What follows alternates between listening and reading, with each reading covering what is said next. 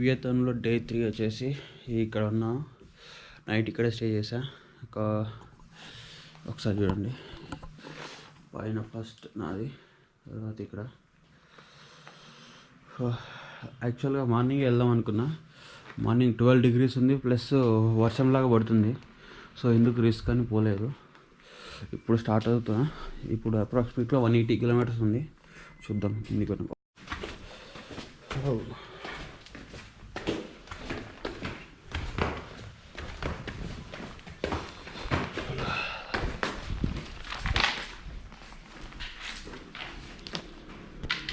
ఎవరు లేరుగా, వీళ్ళ దగ్గర పాస్పోర్ట్ తీసుకొని పోవాలి.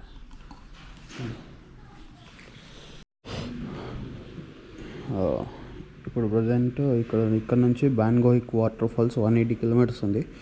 4 hours 49 minutes. అంటే మనం ఏ టైం వరకు రీచ్ అవుతాం? 1:44కి రీచ్ అవుతాం అని చూపిస్తుంది. మేబీ లేట్ అవ్వచ్చు, ఎందుకంటే మనం అక్కడికి చూస్తూ వెళ్తాం కాబట్టి. ఓకే, మేబీ 2-3 వరకు వెళ్తే. It's difficult for me. చాలా ఇబ్బంది అయ్యేటట్టుంది. రేపు ఇక్కడ నైట్ ఇక్కడే స్టే చేయాల్సి వస్తుందేమో మరి. చూద్దాం. 180 kilometers, 4 hours ఎక్కువ చూపిస్తుంది. మన కంటే మనం ఎక్కువ చూపిస్తుంది ఇక్కడ. ఎక్కువ స్పీడ్ కూడా పోలేకపోతున్నాం. ఓకే, తెలిసి బైక్ వచ్చేసి ఇక్కడ పార్కింగ్లోనే ఉంది. సో ఇది తీసుకొని వర్షం సన్నగా ముసురులాగా పడుతూనే ఉంది. ఇక మార్నింగ్ ఎవ్రీ మార్నింగ్ ఇది కామన్ అనుకుంటా వీళ్ళకి.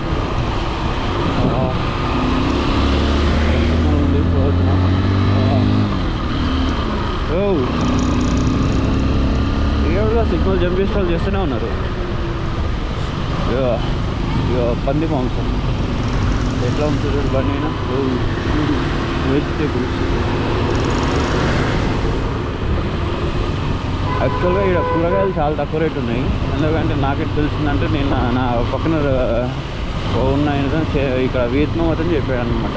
ఇక్కడ ఫార్మర్స్ పూర్, వాళ్ళు తక్కువకే ఇస్తారు అంటే అని అన్నాడు. ఎందుకంటే ఆయన నిన్న ఫార్మర్ ఒక అతను కొనుక్కోమంటే కొనుక్కున్నాడంటే ఏం చేయాలి అర్థం అవుతుంది. ఆయన తీసుకొచ్చేసి హోటల్ వాళ్ళకి ఇచ్చేసాడు వెజిటేబుల్ తీసుకొచ్చేసి. ఎందుకు కొన్నామని అడిగితే వాళ్ళు పూర్ కదా, నేను హెల్ప్ చేస్తున్నా అని అన్నారు.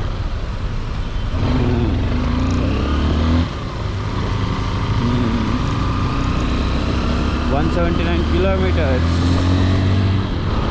150కి వాళ్ళకి వెళ్తామని అనుకుంటున్నాం. వీలైతే ముందే వెళ్తానంటే ముందు కాదు, ఆన్ టైంలో వెళ్ళినా కానీ సూపర్ ఉంటుంది. ఈరోజైతే I'm waiting for the water fall super ఉంది. యాక్చువల్గా ఫ్లైట్లో డ్రోన్ అలో లేదు కాబట్టి డ్రోన్ తీసుకురాలేదు. డ్రోన్ తీసుకొచ్చి టచ్ అయిపోయేది వాటర్ ఫాల్ దగ్గర.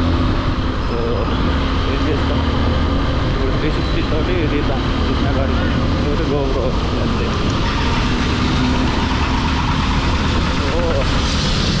మామూలుగా ఇంకో లదాఖ్ ట్రిప్ లాగుంది నాకైతే.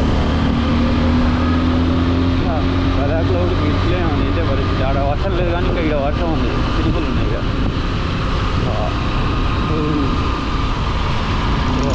ఓకే,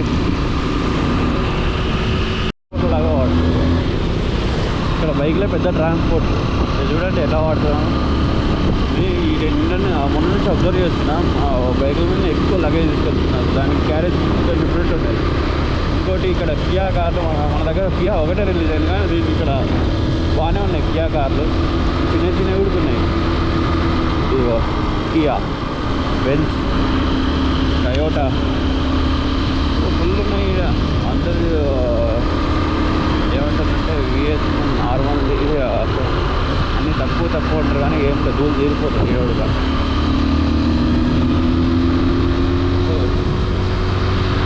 చలి మాత్రం అద్దరిపోతుంది, అద్దరిపోతుంది మామూలుగా లేదు.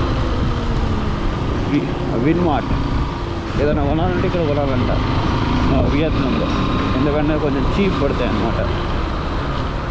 వాటర్ బాటిల్ ఉడికి హాఫ్ ఆఫ్ ది ప్రైస్కి వస్తాయంట. బుద్ధ చైనీస్ నూడిల్స్ నీళ్ళ తిప్పి వేస్తుంది లోపల. ఇక్కడ క్రిస్టమస్ సెలబ్రేషన్ స్టార్ట్ అయినట్టున్నాయి ఇక.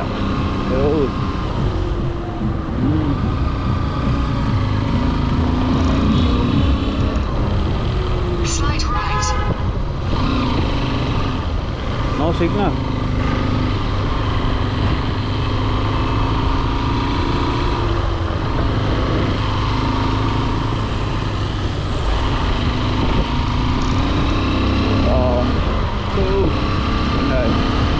ఏసీ స్లీపింగ్ బస్సులు చాలా ఎక్కువ ఉన్నాయి ఇక్కడ.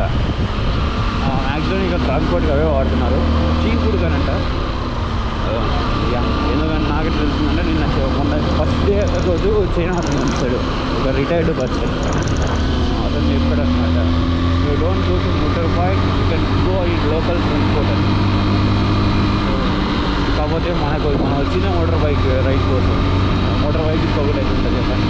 అంటే లోకల్ తిరగడానికి అవాయిడ్ చేసేసి లోకల్ ట్రాన్స్పోర్ట్ వాడితే అయిపోతుంది. ఎందుకంటే లోకల్ తిరగాలంటే ఒకటి మన గ్యాప్ నావిగేషన్ పెట్టుకొని తిరుగుతూ ఉన్నారు. వాళ్ళకి అయితే తెలుసు కాబట్టి రకరకాల వెళ్తారు. రకరకాల టెన్షన్ ఉండదు మనీ నడవాలి అని.